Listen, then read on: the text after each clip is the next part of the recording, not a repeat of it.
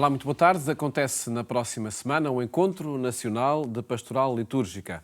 Uma oportunidade de formação que, ao longo de quase 50 anos, marca cada verão, cujo tema e programa vai ser apresentado daqui a pouco por Isabel Alçada Cardoso.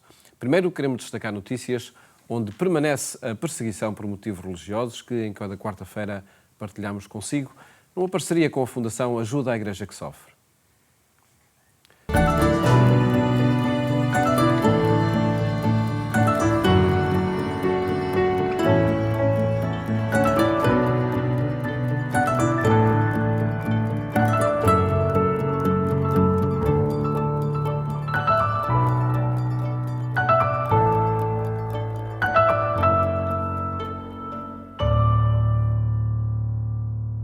Há países onde a perseguição religiosa não é uma metáfora, não é um assunto académico, não é um rumor.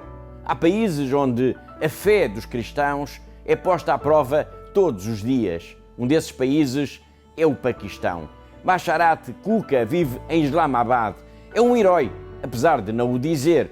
Ele foi muito amigo de Shahbaz Bhatti, que chegou a ser ministro das minorias religiosas. Foi mesmo o primeiro cristão a ser ministro num governo do Paquistão. Mas esteve pouco tempo no cargo. Acusado por grupos radicais de blasfémia, ele foi assassinado a tiro. Basharat Kuka era muito amigo dele. Juntos sonharam muitos projetos, tiveram muitas ideias. Uma delas era a da construção de uma igreja numa zona rural em Islamabad. Os radicais também não gostaram desta ideia. Basharat não foi assassinado, mas foi mandado para uma prisão, para uma cela em isolamento, onde nem sequer podia ver a luz do dia. Esteve preso 5 meses e 10 dias pelo crime de querer construir uma igreja.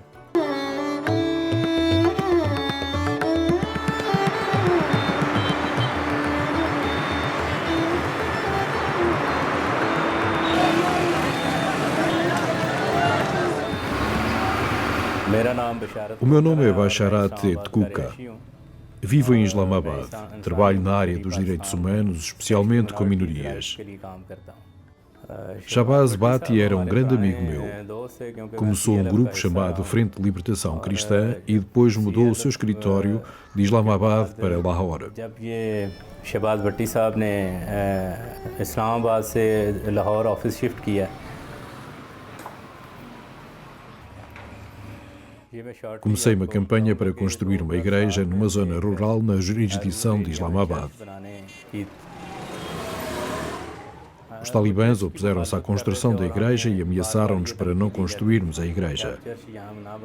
Consequentemente, lançaram uma ação judicial contra nós sob acusação de blasfémia de acordo com a secção 299C do Código Penal.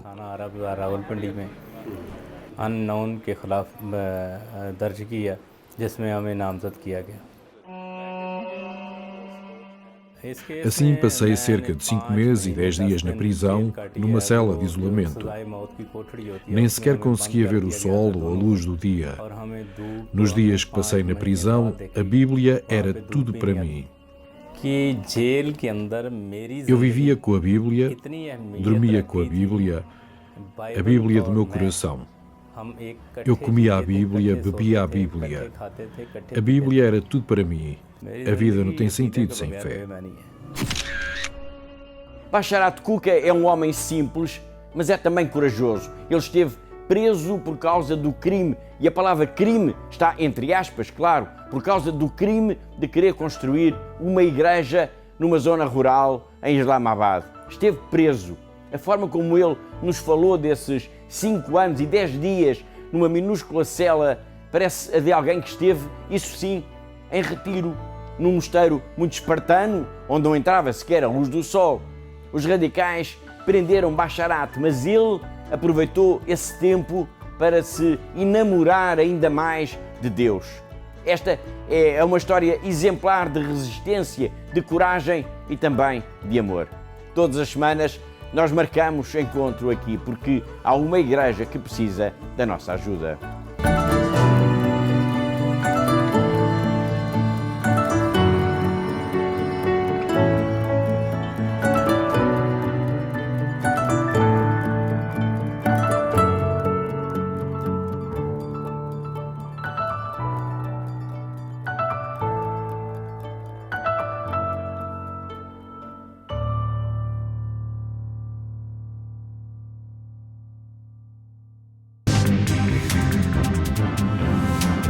Igreja em Portugal vai contar com um Serviço Nacional da Pastoral dos Idosos. A equipa está quase constituída.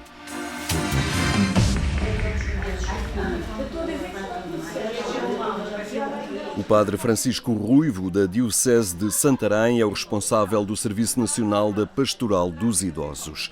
A nova estrutura pastoral vem preencher uma área até agora da responsabilidade da pastoral familiar, permitindo assim desenvolver ações em maior número e mais focadas nesta faixa geracional.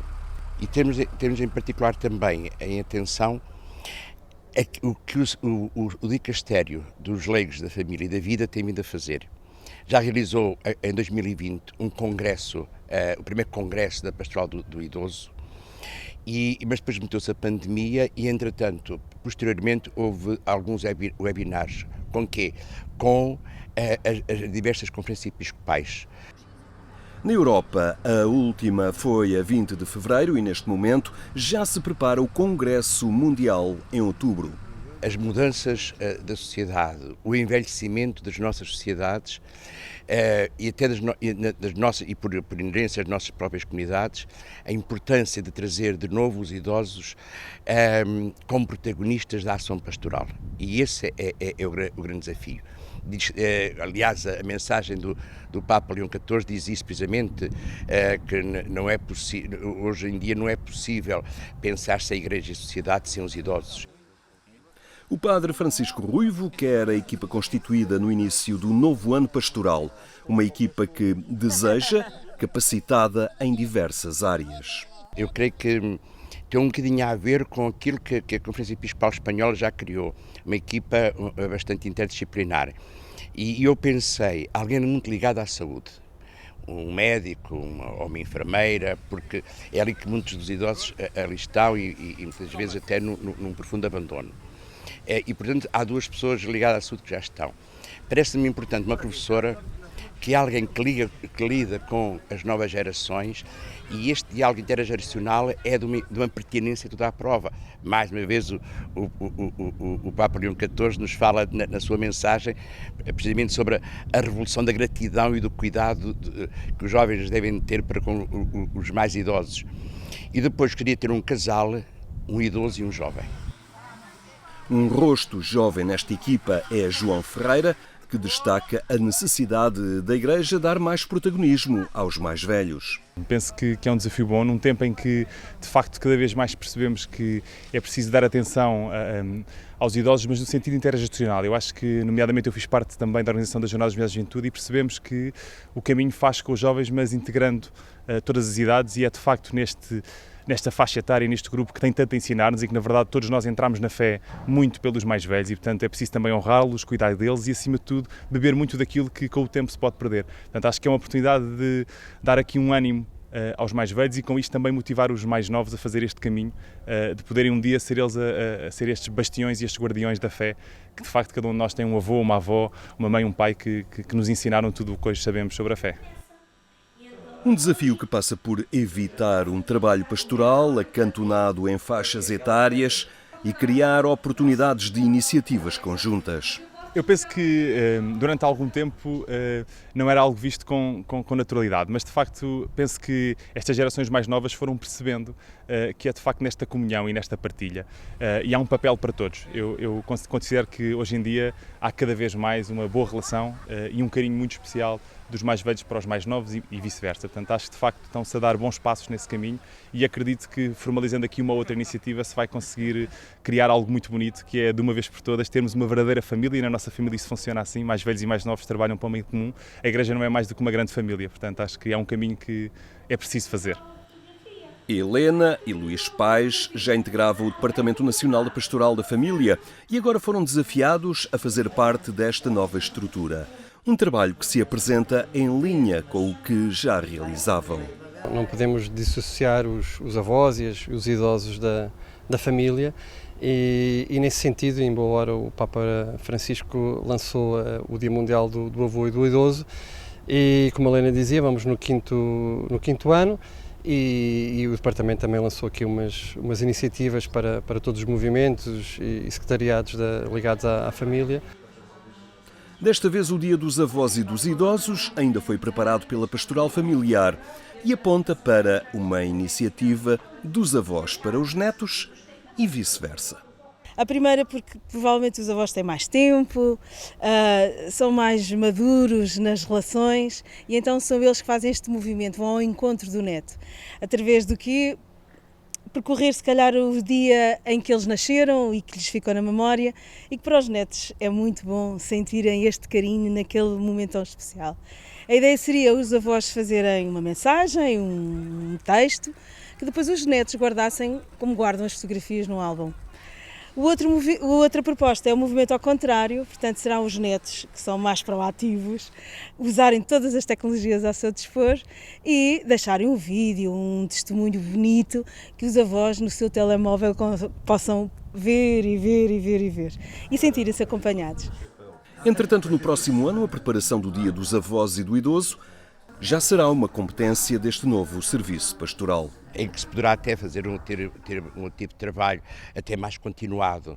Eu digo sempre que até para nós não é a melhor data, temos já muita gente dispersa, muita gente de férias e portanto não temos as escolas e está tudo já de férias e por isso vamos se calhar ter que repensar, não é alterar o dia, que seja um dia sempre celebrativo, mas que haja um trabalho de continuidade ao longo do ano.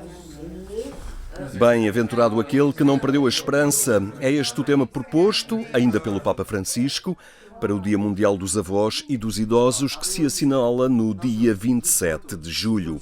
O Dicastério para os Leigos, a Família e a Vida renova o convite do Papa Francisco para todos, em cada diocese, assinalarem a data e dedicar as celebrações aos idosos, promovendo visitas e oportunidades de encontro entre gerações. Não é assim tão pouca. Acompanhe estes e outros temas em agência.eclésia.pt. Apresentamos agora o 49º Encontro Nacional de Pastoral Litúrgica com Isabel Alçada Cardoso, que faz parte deste Secretariado Nacional de Liturgia. Muito boa tarde, obrigado Isabel por estar connosco. Qual é a proposta para este 49º Encontro no âmbito da liturgia? Muito obrigada. Ora, este 49º Encontro Nacional de Pastoral Litúrgica vai ser centrado no tema Liturgia, Encontro com Jesus Cristo. E este tema assenta, sobretudo, no Ano Santo, no Ano Jubilar que estamos a viver, este ano. Enfim, podemos olhar para a formulação do tema e, por vezes, ele induz imediatamente no ambiente da liturgia. Neste caso, de que forma é que isso acontece?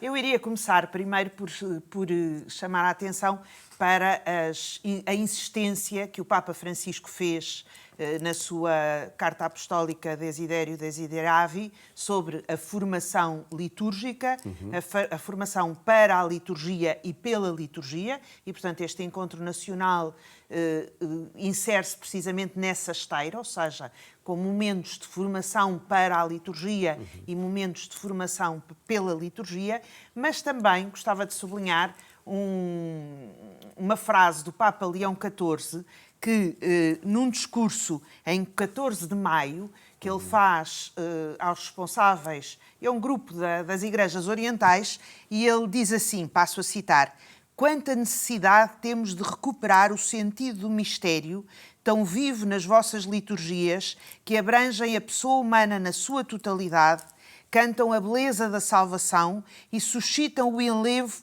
pela grandeza divina que abraça a pequenez humana." E eu acho que este 49º Encontro Nacional de Pastoral Litúrgica tem precisamente este objetivo, ou tem esta pretensão, se pudermos dizer assim. Portanto, o encontro está organizado em várias conferências, vários momentos de celebrações litúrgicas, vários momentos, portanto ele decorre de 28 a 31 de julho, e é este contributo ao ano jubilar, no fundo, em curso, tendo este tempo dedicado ao estudo e à prática da oração. No fundo, toda a liturgia, todas as celebrações têm por objetivo, até diria não último, mas único, este encontro com Jesus Cristo, que é proposto como tema. Exatamente, ou seja, isto é importante perceber esta novidade do cristianismo, ou seja, onde Deus se faz homem, entra na história, encarna, ou seja, recebe a carne humana, e é isso que estamos a celebrar neste ano de jubilar, e depois morre, ressuscita e apresenta-nos ao Pai. Ora, o que é que a isto tudo podemos chamar, no fundo, esta associação entre o mistério da encarnação e o mistério pascal de Cristo? A liturgia celebra este mistério pascal de Cristo. E, portanto, ao celebrar este mistério pascal de Cristo, celebra esta vida que nos é dada. Ou seja, não é um conjunto de ideias, não é um conjunto de teorias. Aliás, isso que é, sobretudo, introduzido no período escolástico e depois com mais incidência com o iluminismo e o racionalismo e etc., no fundo é um afastar, ou às vezes minimizar um pouco a vida cristã em detrimento da doutrina, do conhecimento, etc. Ora, este encontro tem precisamente o intuito de valorizar a vida cristã, é indissociável da vida litúrgica e do conhecimento litúrgico, da prática litúrgica, porque ela é o alimento para a própria vida cristã e é o alimento também para o conhecimento. Ou seja, é isto que dá carne ao conhecimento. E por isso é este encontro com Cristo, no fundo o encontro que Cristo é, no fundo o corpo místico de Cristo é a Igreja, o encontro com a Igreja e esta relação com tantos irmãos do país inteiro, ou seja, temos oradores de Braga, de Lisboa, do Algarve, ou seja, é um momento em que nós encontramos os nossos irmãos em Cristo num momento de celebração da vida cristã no seio da vida litúrgica. Olhando para o programa, vemos de facto que há conferências, enfim, para todos os participantes, mas depois há uma componente muito própria destes encontros, que é, enfim, escolas de formação, se podemos chamar assim, ou formação por grupos, seja para cantores, para leitores, para acólitos.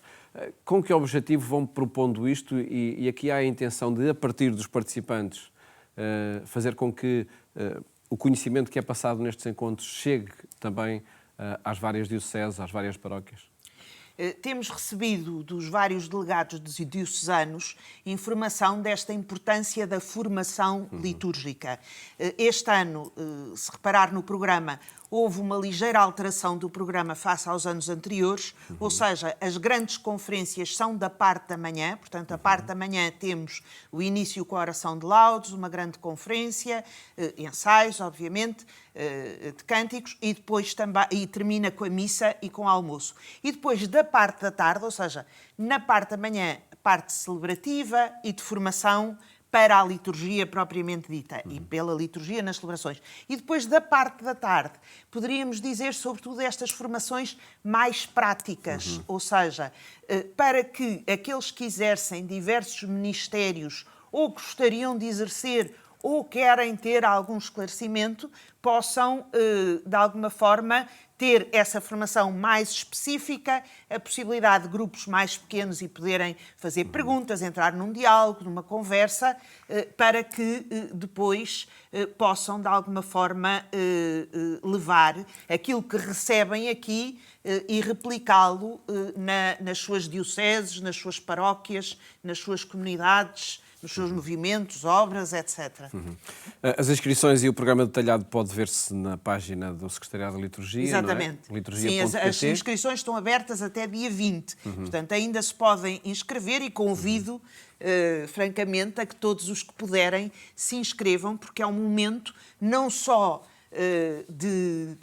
não só de formação litúrgica para e pela liturgia, mas também convívio com outros cristãos e outras pessoas, no fundo, que vivem, e no fundo, uma experiência de vida cristã em pleno. Certo, estamos a gravar este programa antes da sua emissão e por isso aqui os encontros de datas vão ser necessário fazer-se, mas acredito que a participação será sempre possível. E uma última referência precisamente a isto que falava, estes encontros de pastoral litúrgica, enfim, são uma marca na história da liturgia em Portugal. Exatamente. Estamos quase no encontro número 50, por aquilo que significam de facto para quem se envolve no modo de celebrar, no modo de fazer com que a liturgia se vá adequando também aos tempos à atualidade. Portanto, há aqui um corpo que de alguma forma caminha junto para que a liturgia seja significativa nos tempos de hoje? Sim, é fundamental perceber que, no fundo, estes encontros de formação litúrgica e de boas práticas litúrgicas, de alguma forma, têm contribuído na renovação da liturgia em Portugal e na esteira da recepção do Segundo Concílio do Vaticano. Ou seja, podemos achar que o Concílio Vaticano foi nos anos 60 e está tudo acabado. Não. Continuamos na recepção deste concílio. E porque o cristianismo é uma vida. E a vida descobre-se todos os dias. Ou seja, a liturgia é este alimento, mas que todos os dias é novo. Todos os dias é nova, se pudermos dizer. E, portanto, é este alimento, nós todos os dias temos que nos alimentar, nutrir, e com a liturgia é a mesma coisa. Portanto, convido todos a estarem presentes e agradeço esta divulgação. Fica de facto esse convite. Obrigado por ter estado aqui no programa Eclésia, que seja de facto mais um momento de conhecimento, de formação e de renovação da liturgia em Portugal. Muito obrigado. Obrigada. Isabel Alçada Cardoso por ter estado no programa Eclésia. E a terminar, recordo que mais logo na Antena 1 pode acompanhar o programa Eclésia, onde partilhamos percursos de vida marcados pela dimensão crente. Votos de uma ótima tarde e até amanhã, se Deus quiser.